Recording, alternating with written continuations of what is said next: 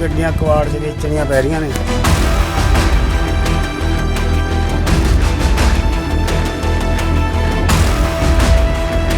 ਆਈਆਂ ਗੱਡੀਆਂ ਵੇਚਣੀਆਂ ਕਵਾੜ 'ਚ ਵੇਚਣੀਆਂ ਪੈ ਰਹੀਆਂ ਨੇ।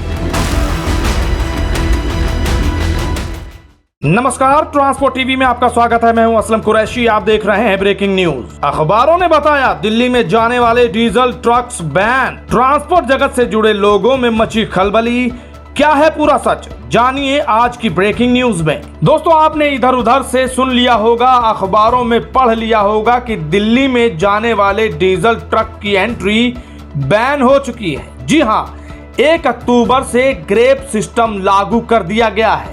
अब क्या है ये ग्रेप सिस्टम, ये भी आपको बताएंगे, लेकिन आज की ये खबर पूरे ध्यान से सुनिएगा जो आपके लिए कहीं ना कहीं ज्ञानवर्धक हो सकती है। दरअसल ग्रेप सिस्टम है ग्रेडेड रिस्पॉन्स एक्शन प्लान, जो कि हर साल दिल्ली में लागू किया जाता है अक्टूबर के महीने में। वो इसलिए किया जाता है ताकि दिल्ली में प्रदूषण का स्तर ना बढ़ पाए, यानी कि प्रदूषण की रोकथाम के लिए ये कदम उठाया जाता है। हम सभी जानते हैं कि दिल्ली में प्रदूषण का स्तर किस लेवल पर चला जाता है, इस वजह से ये कदम उठाना जरूरी हो जाता है। दिल्ली ही नहीं, पूरे एनसीआर रीजन में ये लागू किया जाता है। दरअसल एनवायरनमेंट मिनिस्ट्री की तरफ से जनवरी 2021 में इसको नोटिफाई किया गया था और सुप्रीम कोर्ट द्वारा 2016 में इसे अप्रूव कर दिया गया था। इसीलिए अब ये हर साल अक्टूबर में इस तरह से इसे लागू किया जाता है। 28 जुलाई 2023 को पीआईबी दिल्ली ने एक प्रेस रिलीज किया जिसमें ग्रेप सिस्टम के बारे में बताया गया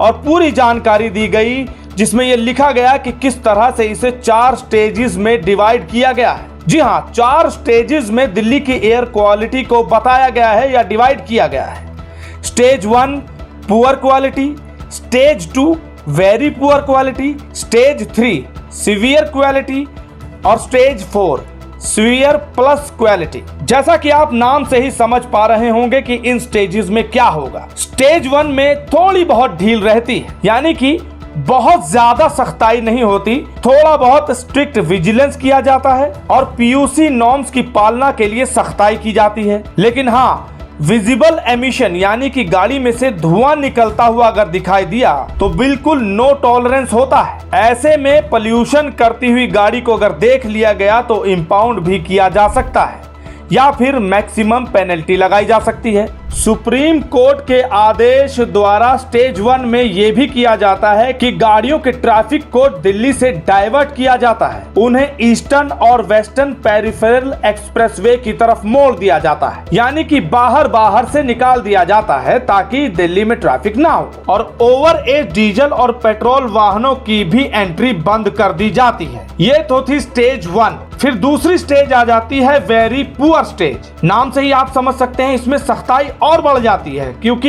एयर क्वालिटी इंडेक्स 301 से लेकर 400 तक हो जाता है। फिर आती है स्टेज 3 यानी कि सीवियर स्टेज। इसमें एयर क्वालिटी इंडेक्स 401 से लेकर 450 तक हो जाता है। अब यहाँ पर सख्ताई थोड़ी सी और हो जाती है और एक्शन और बढ़ा दिया जाता है। अब इसमें गाड़ियों की आवाजाही की रोकथाम के अलावा सभी तरह के स्टोन क्रशर्स की ऑपरेशन को रोक दिया जाता है, यानी इस तरह की कोई भी कार्रवाई होती है तो उसे बंद कर दिया जाता है। पूरे एनसीआर में किसी भी तरह की माइनिंग या इससे जुड़ी हुई एक्टिविटी को रोक दिया जाता है और एनसीआर की राज्य सरकारों द्वारा स्ट्रिक्ट रिस्ट्रिक्शन लगाई जाती हैं। किन पर, वो भी सुन लीजिए।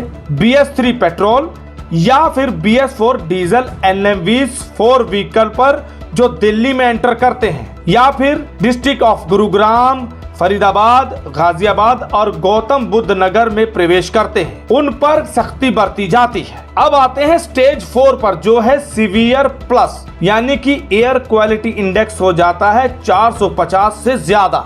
अब इस स्थिति में ट्रक ट्रैफिक को दिल्ली में जाने से रोक दिया जाता है, सिवाय जरूरी सामान ले जाते ट्रकों के या फिर LNG, CNG या इलेक्ट्रिक ट्रक्स को, उनको नहीं रोका जाता। इसके अलावा सबकी एंट्री वहां पर रोक दी जाती है। इसमें गाड़ियों की एंट्री को लेकर एक लेवल और बढ़ा दिया जाता है और शामिल कर लिया जाता है LCVs को, यानी कि वो LCVs जो दिल्ली के बाहर से रजिस्टर्ड हैं उन्हें दिल्ली में एंट्री नहीं दी जाती, सिवाय EVs यानी electric vehicles, CNG, BS6 diesel या फिर वो ट्रक और गाड़ियां जो जरूरी सामान लेकर जा रही हैं या जरूरी सर्विसेज प्रदान करती हैं। आपको ये भी बता दें कि इस फैसले के बाद पंजाब की स्टेट ट्रांसपोर्ट अथॉरिटी ने भी एक लेटर निकाला और पंजाब में सभी एसोसिएशन यूनियंस में ये अवेयरनेस फैलाने की बात की ताकि दिल्ली की तरफ जा रहे ट्रकों को रोका जा सके। और ये भी लिखा गया उस आदेश में कि सबको जानकारी देने के बाद